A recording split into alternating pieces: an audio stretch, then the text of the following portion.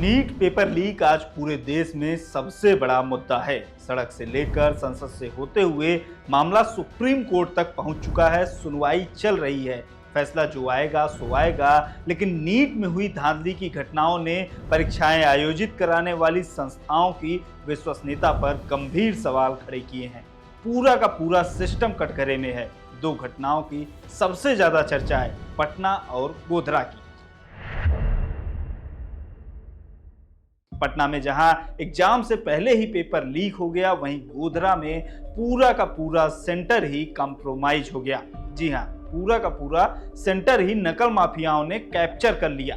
System के loopholes का फायदा उठाते हुए नकल माफिया ही एनटीए के कोऑर्डिनेटर बन गए, नकल माफिया ही बन गए एनटीए के ऑब्जर्वर। जांच में जो खुलासे हुए उन्होंने सबको हिलाकर रख दिया है। आज नोटिस बोर्ड के इस एपिसोड में हम बात करेंगे गोधरा के उस स्कूल की जहां 10-10 लाख रुपए में परीक्षा के नाम पर परीक्षा पास कराने की खुली मंडियां सजी।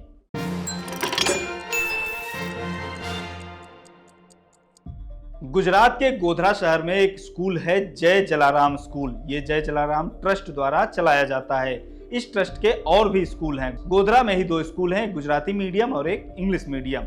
इलाके में स्कूल का काफी नाम है। स्कूल में होने वाले कार्यक्रमों में बड़े बड़े नेताओं का आना जाना लगा रहता है। स्कूल में रेगुलर पढ़ाई के साथ साथ नीट जेईई जैसी परीक्षाओं की तैयारी भी कराने की बात कही जाती है। इंडियन एक्सप्रेस की खबर के मुताबिक स्कूल की फीस सालाना 1 लाख रुपए तक के आसपास की है। 5 मई 2024 को देश भर में नीट परीक्षा आयोजित हो रही थी। देश भर के मेडिकल कॉलेजों में एडमिशन के लिए होने वाली इस परीक्षा का सेंटर जय जलाराम स्कूल में भी था। परीक्षा के दौरान जिले के डीईओ यानी डिस्ट्रिक्ट एजुकेशन ऑफिसर किरीट कुमार पटेल स्कूल पहुंचे। उन्होंने परीक्षा जैसी चल रही थी वैसी चलने दी, कोई छेड़छाड़ नहीं की। डीईओ को तलाश स्कूल के प्रिंसिपल पुरुषोत्तम शर्मा और टीचर तुषार भट्ट की थी। पुरुषोत्तम शर्मा एनटीए की ओर से आयोजित परीक्षा के डिस्ट्रिक्ट कोऑर्डिनेटर भी थे, जबकि तुषार भट्ट डिप्टी कोऑर्डिनेटर थे। पुरुषोत्तम शर्मा की जिम्मेदारी पूरे डिस्ट्रिक्ट की थी, इसलिए वो सेंटर पर नहीं थे, लेकिन डिप्टी कोऑर्डिनेटर तुषार भट्ट यहीं पर थे। डीईओ ने उनसे पूछताछ की, मोबाइल चेक किया और चैट में जो मिला उसे देखकर होश उड़ गए। तुषार भट्ट के मोबाइल से एक लिस्ट बरामद हुई जिसमें बच्चों के नाम और नंबर लिखे थे। तुषार ने बताया कि 10-10 लाख रुपए में इन बच्चों को परीक्षा पास कराने का सौदा हुआ है। तुषार के कार की तलाशी ली गई तो उसमें से 7 लाख रुपए कैश बरामद हुए, जो किसी कैंडिडेट ने परीक्षा पास कराने के लिए दिए थे। तुषार भट्ट ने परीक्षा में धांधली के जिस मॉड्यूल का खुलासा किया उसने सबको हिलाकर रख दिया। इसकी प्लानिंग तब से शुरू हो गई थी जब परीक्षा के फॉर्म भरे जा रहे थे। ओडिशा, बिहार, राजस्थान, महाराष्ट्र और उत्तर प्रदेश के छात्रों को गोधरा में एग्जाम सेंटर को प्रेफरेंस देने के लिए कहा गया था। परीक्षा की भाषा को गुजराती सेलेक्ट करने को कहा गया था ताकि सेंटर उसी स्कूल में आए जहां के लिए आरोपियों ने पैसा लिया है।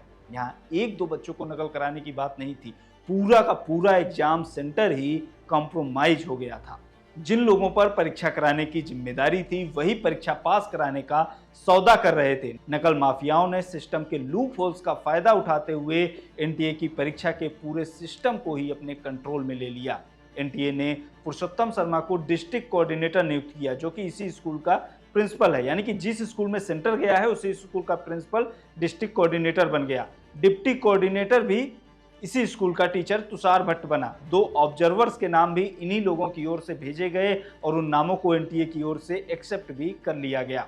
यानी कि जिन लोगों को ये एग्जाम कंडक्ट कराना था, जिन्हें मॉनिटर करना था, जिन्हें किसी भी धांधली को रोकना था, उन सब जगहों पर इन्होंने अपने आदमी बिठा दिए और इस तरह से पूरा का पूरा सेंटर ही कॉम्प्रोमाइज हो गया। अब जांच का विषय ये है कि केवल यही स्कूल कॉम्प्रोमाइज हुआ था या फिर जिले के और भी स्कूल हुए थे। मामले की जांच कर रही सीबीआई ने एक और स्कूल से जुड़े लोगों से पूछताछ की है। जांच के साथ ही और भी चीजें सामने आएंगी, लेकिन पूरा का पूरा सेंटर कॉम्प्रोमाइज हो गया। ये जानकारी कभी सामने नहीं आ पाती अगर किसी ने परीक्षा से एक दिन पहले डिस्ट्रिक्ट कलेक्टर तक ये जानकारी नहीं पहुंचाई होती। नीट परीक्षा आयोजित कराने में वैसे तो जिला स्तर पर प्रशासन का कोई सीधा हस्तक्षेप नहीं होता, लेकिन परीक्षा से ठीक एक दिन पहले यानी 4 मई को डिस्ट्रिक्ट कलेक्टर को एक टिप मिली। टिप ये कि जय जलाराम स्कूल में हो रही परीक्षा में गड़बड़ी हो सकती है, जिसके बाद डिस्ट्रिक्ट कलेक्टर ने डीईओ को सेंटर पर भेजा और पूरे मामले का खुलासा हुआ।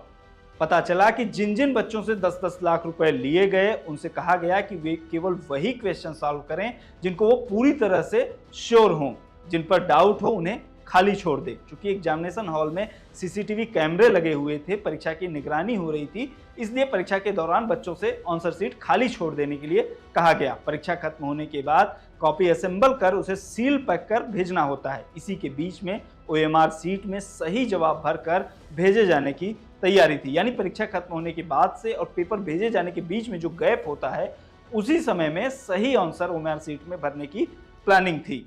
गुजरात पुलिस ने अब तक 6 लोगों को गिरफ्तार किया है इस मामले में। इसमें प्रिंसिपल पुरुषोत्तम शर्मा, टीचर तुषार भट्ट के अलावा जय जलाराम एजुकेशनल ट्रस्ट के चेयरमैन दीक्षित पटेल, पूर्व टीचर आरिफ वोहरा, पुरुषोत्तम राय और विभोर आनंद शामिल हैं। पुरुषोत्तम रॉय और विभोर आनंद बिहार के रहने वाले हैं। बड़ोदरा में रॉय ओवरसीज नाम की कंसल्टेंसी कंपनी चलाते हैं जो मेडिकल की पढ़ाई के लिए छात्रों को विदेश भेजने का काम करती है। आरोप है कि पुरुषोत्तम राय और विभोर आनंद ने ही उन छात्रों को इकट्ठा किया था जो पैसा देकर परीक्षा क्वालिफाई करना चाहते थे। जय जलाराम सेंटर और छात्रों के बीच पुल का काम ये लोग कर रहे थे। गुजरात पुलिस ने बड़ौदा स्थित इनके ऑफिस से कई छात्रों के एजुकेशनल डॉक्यूमेंट, छात्रों की ओर से दिए गए 2 करोड़ 82 लाख रुपए के चेक भी बरामद किए।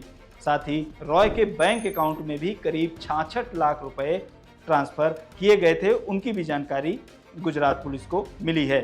फिलहाल ये सभी सीबीआई की कस्टडी में है और सीबीआई ये पता करने की कोशिश कर रही है कि इस धांधली का दायरा कितना बड़ा है। क्या ये नेक्सस गुजरात में ही काम कर रहा था या फिर दूसरे राज्यों में भी ये फैला हुआ था।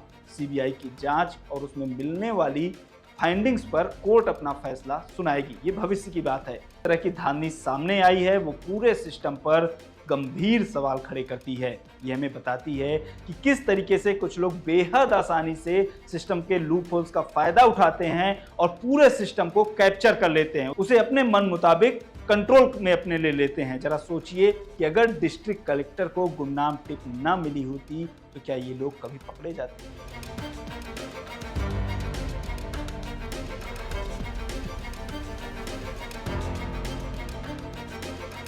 फिलहाल नोटिस बोर्ड के इस एपिसोड में इतना ही। आपको हमारा ये वीडियो कैसा लगा कमेंट बॉक्स में हमें जरूर बताएं। बने रहिए लोकमत हिंदी के साथ।